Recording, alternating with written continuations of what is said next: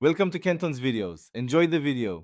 In this video, I will explain how to make pork embutido.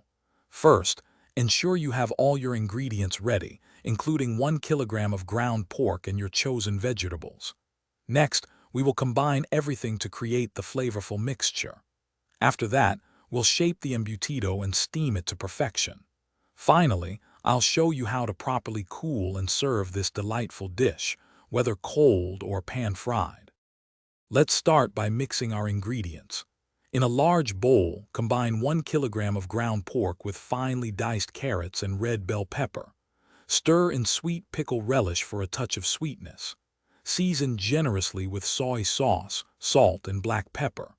Finally, add 2 beaten eggs and about 1/2 cup of breadcrumbs to help bind the mixture together, ensuring a firm texture.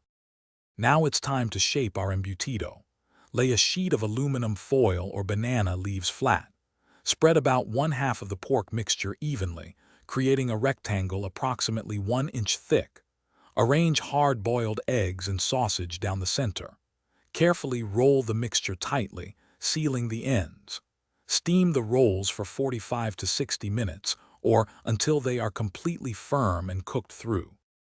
Once steamed, let your embutido cool completely at room temperature. This is crucial for it to set properly. Then, refrigerate it for at least 2 hours or even overnight before slicing. When ready to serve, slice the embutido into 1/2-inch thick pieces.